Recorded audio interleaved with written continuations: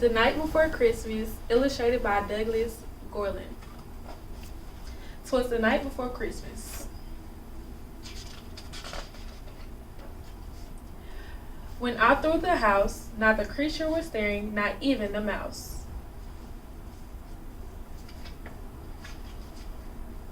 The stockings were hung by the chimney with care, in hopes that St. Nicholas soon would be there.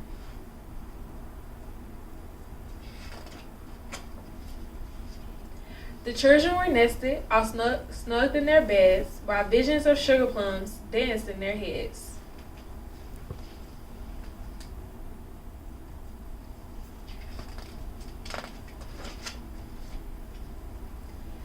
And Mommy in her key chip, and I in my cap, had just settled down for a long winter's nap, when all through the lawn there came across a catter.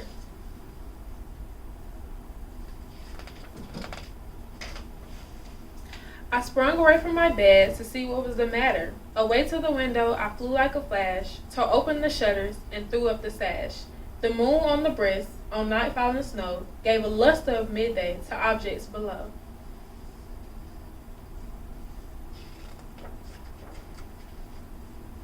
When wet to the wondering eye shall appear, but a miniature sleigh and 8 tiny reindeers, with a little old driver, so slowly and quick, I knew in a moment it must be Saint Nick.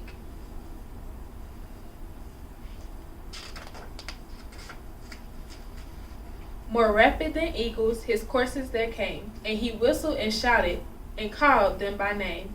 Not Dasher, not Dancer, not Prancer and Vixen, or Clement or Cupid, or Dunder or Blitzen. To the top of the porch, to the top of the wall, now dash away, dash away, dash away all.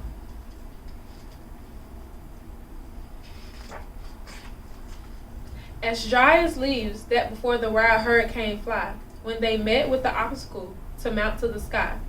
So up to the housetop the coursers they flew, with sleigh full of toys, St. Nicholas too. And then in twinkling I heard on the roof the prancing and pawing of each little hoof.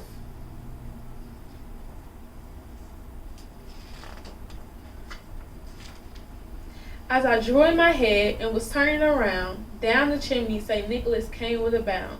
He was dressed in all fur from head to his foot, and his clothes were tarnished with ashes and soot. A bundle of toys he had flung on his back. He looked like a peddler just opening his pack.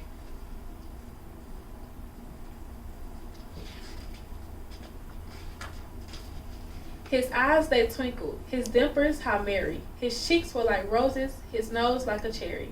He drew his little mouth was drawn up like a bow, and the beard on his chin was white as snow. The stump of a pipe he held tight in his teeth, and the smoke it encircled his head like a wreath. He had broad face and a little round belly that shook when he laughed like a bowl full of jelly. He was chubby and plump, a right old elf, and I laughed when I saw him, in spite of myself. A wink of his eye and a twist of his head soon gave me to know I had nothing to dread.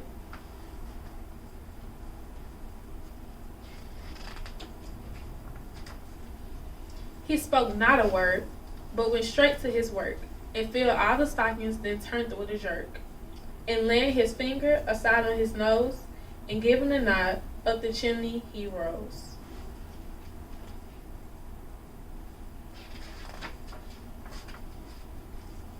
He sprung to his sleigh, to his team to give a whistle, and away they all flew down of a tinsel.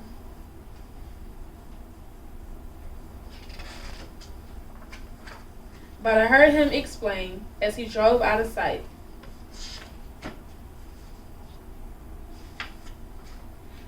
have a Christmas to all, and to all good night.